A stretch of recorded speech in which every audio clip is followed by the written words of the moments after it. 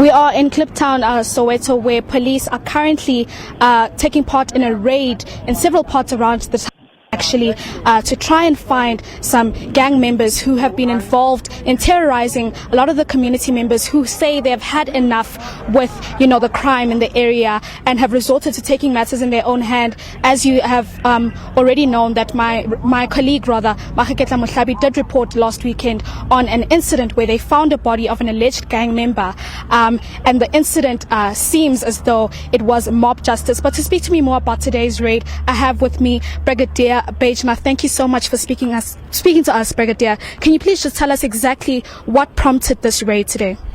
Well, thank you very much. The MEC for Community Safety, Ms. Faith Mazibuko, was here a few weeks ago.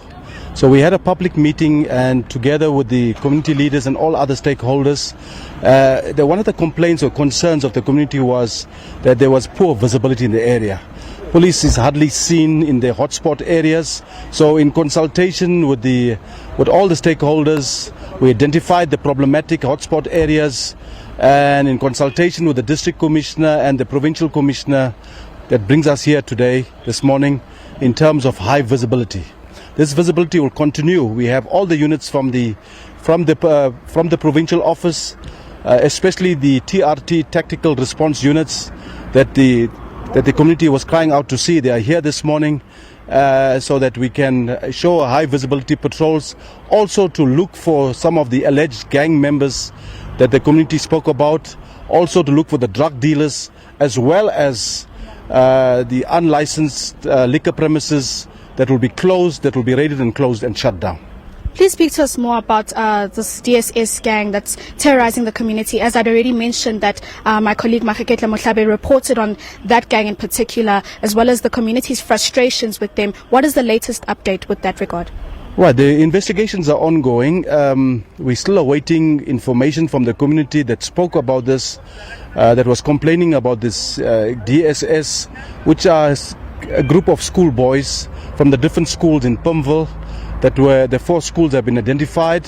So as soon as the schools open, we'll also go to the schools, also linking up with the Department of Education and school governing bodies and the school management of the schools, so that to identify the school kids that are so-called the DSS that involve in sort of gang activity. Please speak to me also about, the issue of mob justice, where you have now an issue with crime with the area and community members who feel as though police are not doing enough or are not moving swiftly enough to handle these matters. They feel as though suspects are walking out of jail. So what is your message to that, and what is your response to that? The different public meetings that we had in the different zones was to unite the community in the fight against crime. We realized the community speaks in silos, so we want to bring all that negative energy together so that we have one positive response, and with that, bringing all the community together to work with the police and to unite the police together, to unite the public, with the police, so that we can solve this gangsterism problem.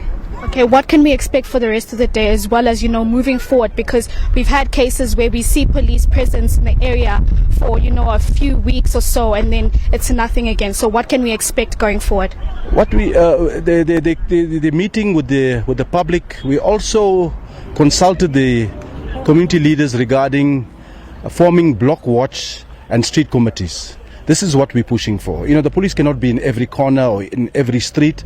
So we're calling about the community leaders to ensure that they implement the block watch and street committees, so that we can work closely, with the community. So if they see something, they can make citizens arrest and then call the police, and we'll come out and we'll react to those complaints and assist the community. Thank you, Brigadier. That's Brigadier Bejna, just speaking to us about, implementing intervention programs as well into some of these schools where they've found that some of these gang members attend these schools in and around Soweto. These are areas such as Pimville, Kliptown, Jabulani, and, White City, other areas as well in different parts of Soweto, where they've identified that some of these gang members are attending the school and terrorizing these communities. But we will be following the police into their next raid as well, and try and see what they find there on the ground. But that's it from here. Back to you in studio.